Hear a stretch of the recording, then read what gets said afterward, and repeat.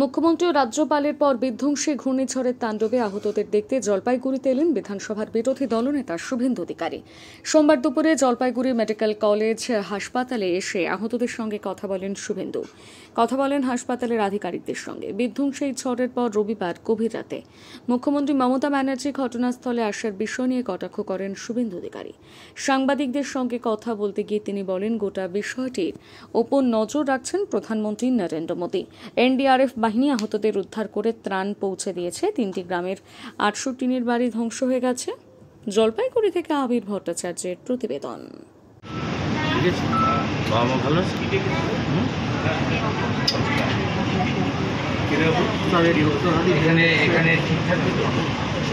আপনি দিদা তো